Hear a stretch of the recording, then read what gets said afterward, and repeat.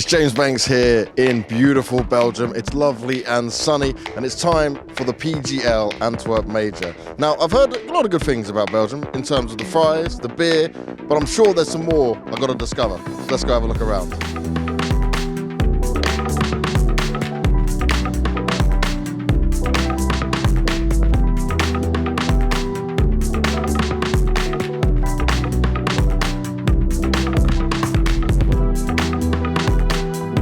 So I've had a little wander around, started to see some of what Antwerp has to offer. The first thing we're going to look for, well, let's start with fries.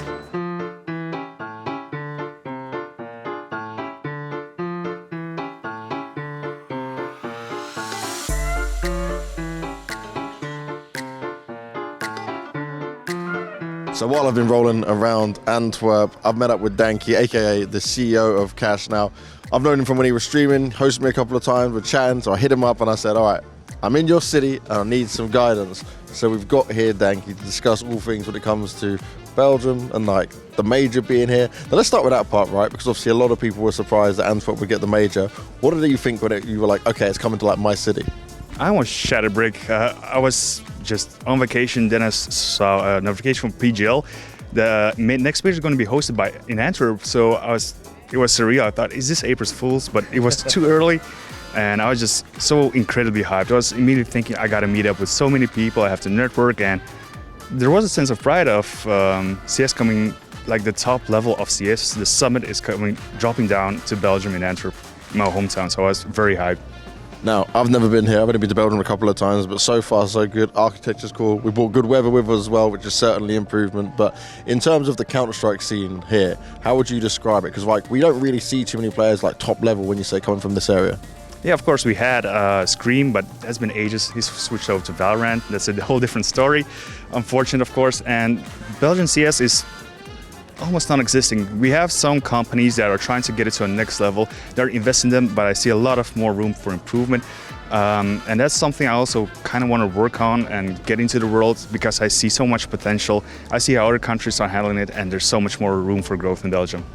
Now, how long have you been playing Counter-Strike for? Because I know like you've been playing a fair while like me.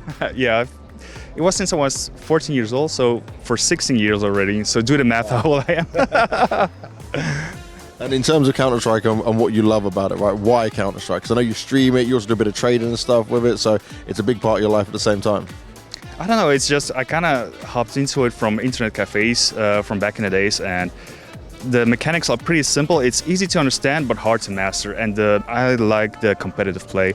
And it's also a fun experience with the homies. Just you go on a server, you play a bit, you prac a bit, you sweat a bit, and you go back either tilted or super happy, and you repeat it every day. You can shake it off. It's a never-ending story. It truly is, man, and it keeps going. It definitely keeps on going. Now, for anyone that might be visiting Antwerp for the first time, what would you recommend them to do? Definitely go to Het Mas. It's a museum featuring Belgian art and history, but it's also free for people to go all the way on to the top level for the sky view and get an overview of Antwerp. It's a must-see, and at the bottom there are plenty of bars, restaurants, so it's a hotspot in Antwerp, definitely worth checking out. All right, I like it. Okay, well, I think you give me the lowdown on what's going on in Antwerp and also what you've been up to. I think we should go and check out the rest of the city and see what's going down. So we'll be back in a little bit. We're going to have a look around. I would say some fries, chocolate, waffles, and just enjoy life here.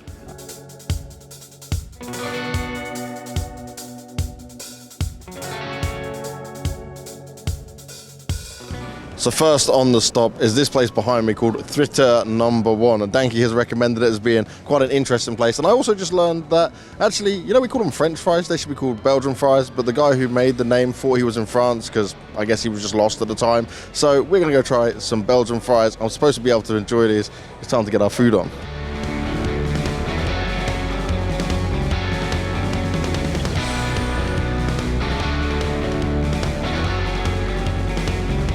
So the conclusion of our Belgium Antwerp fries experience, I was pretty impressed, Danky, I'll be honest, right? I enjoyed that a lot. I did not expect, honestly thought you were selling me a bit of a lie with the whole like, oh, the mayonnaise will taste different, the ketchup will taste different, but this was banging.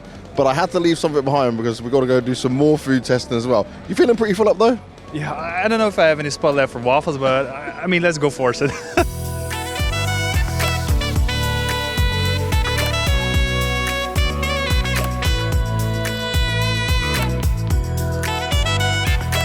Now, me and Danky get to enjoy some yummy Belgian waffles.